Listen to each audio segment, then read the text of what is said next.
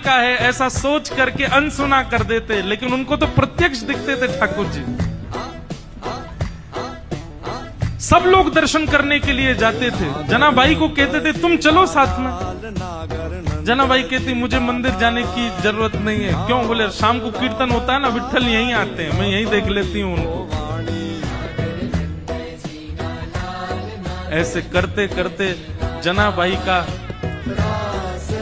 प्रेम और एक जैसे मित्रता संबंध हो गया श्री ठाकुर जी के साथ। पूरे दिन सेवा करती और सेवा करने के बाद शाम को बैठ करके ठाकुर जी का चिंतन करती। ठाकुर जी के लिए प्रसाद क्या बनाना है, क्या सिद्ध करना है, ये सब विचार करती जनाबाई।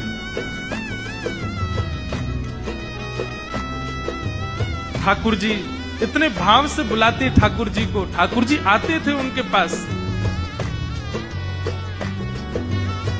एक दिन की बात, नामदेव जी ने ऐसा सुंदर कीर्तन किया कि ठाकुर जी और दिन से ज्यादा अधिक नृत्य किए उस दिन। इतना नृत्य किया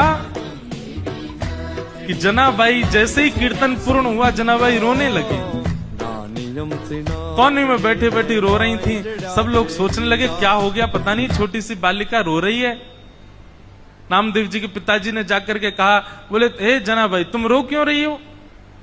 जनाबाई कहती हैं आज कीर्तन इतना सुंदर हुआ। बोले सुंदर कीर्तन में रोया जाता है? बोले नहीं, मैं इसलिए नहीं रो रही, आज कीर्तन इतना सुंदर हुआ कि पंडरीनाथ आए, विठोबा आए और इतना नृत्य किया, मुझे तो मन में पीड़ा हो रही है। वो पूरे दिन खड़े रहते हैं, इतना नृत्य करके गए, कहीं उनके पांव दर्द तो नहीं कर रहे होंगे, कोई उनके पांव दबा रहा होगा कि नहीं? मुझे तो उस बात की बड़ी पीड़ा होती है। आप नामदेव जी से कह देना वो इतना ज्यादा अच्छा कीर्तन ना किया करें, सामान्य कीर्तन किया करें। वो अच्छा कीर्तन करते हैं तो श्री ठाकुर जी उसमें बहुत नाचते हैं, उनको कहीं पीड़ा ना होती हो चरणों में। जनाबाई मन में सोच रही है मेरे पास विठोबा होते, मेरे पास विठ्ठल होते, घी लेकर के आती, चरणों में मालिश करती, अपने हाथ से चरण दबा देती, मेरा विठोबा बहुत कष्ट में आ गए होंगे आज तो।